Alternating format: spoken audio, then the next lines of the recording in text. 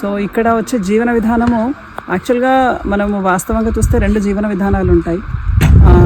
శాస్త్రం అయితే ఒకటే జీవన విధానం అని చెప్తుంది, కానీ మనిషి ఇంకొక జీవన విధానం కొత్తగా కనుక్కున్నారు. అది కూడా భగవంతుడు ఇచ్చిన ఈ యొక్క ఏదైతే ప్రకృతి ఉందో దీనిని ఉపయోగించుకొని ఇంకొక రకంగా తను ఈ యొక్క జీవన విధానాన్ని కనుక్కున్నాడు అనమాట. మీరు పూర్వం చూస్తే ఇప్పుడు ఏదైతే అన్ఎంప్లాయ్మెంట్ ఇలాంటి పదాలు మనం వింటున్నాం, డైవర్స్ కేసెస్ వింటున్నాం, క్రైమ్స్ అని వింటున్నాము, తర్వాత ఇంకొకటి ఓల్డేజ్ హోమ్స్ అని వింటున్నాము, అనాథాశ్రమాలు అని వింటున్నాము, ఆకలి చావులు అని వింటున్నాము. తర్వాత టెక్నాలజీ ఇంత పెరుగుతున్నా కూడా I want peace of mind అని అందరు అంటున్నారు.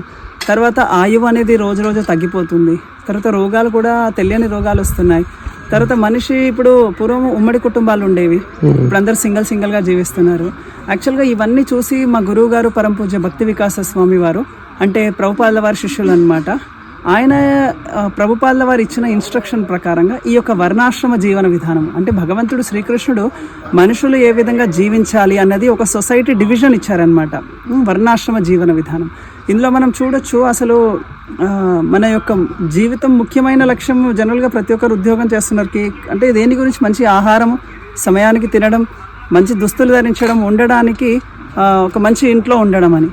ఇప్పుడు మనం చూడొచ్చు ఒకవైపు నీళ్ళన్నీ కూడా అయిపోతున్నాయి, అంటే మన భూగర్భ జలాలన్నీ నీరు అయిపోతున్నాయి, వాటర్ కొనుక్కొని తాగుతున్నాం, ఎక్కడ చూసినా అదే పరిస్థితి. ఈవెన్ మేము కూడా బయటికి వెళ్ళినా కూడా అదే పరిస్థితి ఉంది.